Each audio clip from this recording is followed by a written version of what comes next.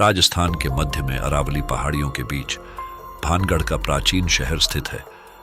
किंवदंती है कि भानगढ़ एक शक्तिशाली राजा द्वारा शासित एक संपन्न राज्य था, लेकिन जब यह एक अभिशाप का शिकार हो गया तो इसका दुखद भाग्य हुआ। भानगढ़ के खंडहरों के बीच एक हवेली खड़ी है, एक भव्य हवेली जिसे लंबे समय से छोड़ दिया गया है और क्षय होने के लिए छोड़ दिया गया है। स्थानीय लोग इसके प्रेतवाधित अतीत की कहानियां सुनाते हैं और यात्रियों को सूर्यास्त के बाद इसकी शापित दीवारों से दूर रहने की चेतावनी देते हैं। मैंने पहली बार इस भुतहा हवेली के बारे में एक दोस्त से सुना था जो भानगढ़ गया था। असाधारण गतिविधि और अस्पष्ट घटनाओं की कहानियों से प्रेरित होकर मैंने किंवदंती के पीछे की सच्चाई को उजागर करने के लिए एक यात्रा शुरू करने का फैसला किया। जैसे ही सूरज डूबने लगा, परिदृश्य पर लंबी छाया डालते हुए मैंने हवेली की ओर अपना रास्ता बनाया।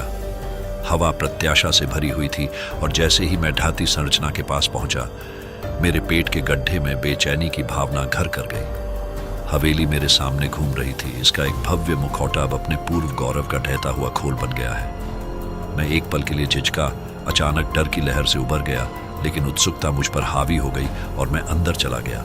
हवेली का अंदरूनी हिस्सा अंधेरे में डूबा हुआ था। केवल टूटी खिड़कियों से छन कर आ रही चंद्रमा की हल्की रोशनी से रोशन था।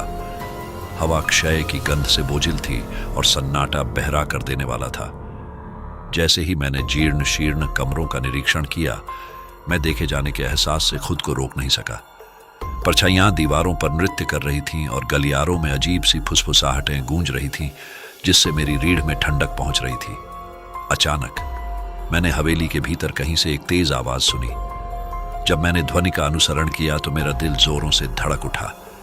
मेरे कदमों की आवाज खाली हॉल में गूंज रही थी। हवेली के केंद्र में मुझे जो मिला उसने मुझे अंदर तक हिला दिया। एक अलौकिक चमक से नहाया हुआ कमरा। इसकी दीवारें अजीब प्रतीकों और रहस्यमय संकेतों से सजी हुई थी। कमरे के मध्य में एक दर्पण खड़ा था जिसकी सतह अलौकिक रोशनी से झिलमिला रही थी। जैसे ही मैं दर्पण के पास पहुंचा, मुझे अपनी रीढ़ की हड्डी में ठंडी ठंडक महसूस हुई।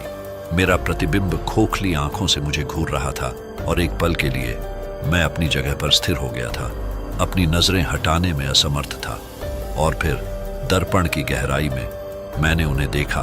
भानगढ़ के शापित साम्राज्य की आत्माएं अनंत काल के लिए इसकी कांच की गहराई में फंसी हुई थी। उनकी आंखें किसी अलौकिक आग से जल रही थीं और मैं महसूस कर सकता था कि उनकी उपस्थिति मुझ पर भारी पड़ रही है।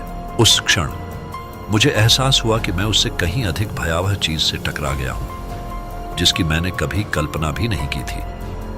मेरी आत्मा में भय व्याप्त होने की भावना के साथ मैं मुड़ा और प्रेतवाधित हवेली से भाग गया और कसम खाई कि मैं फिर कभी भानगढ़ के शापित शहर में नहीं लौटूंगा।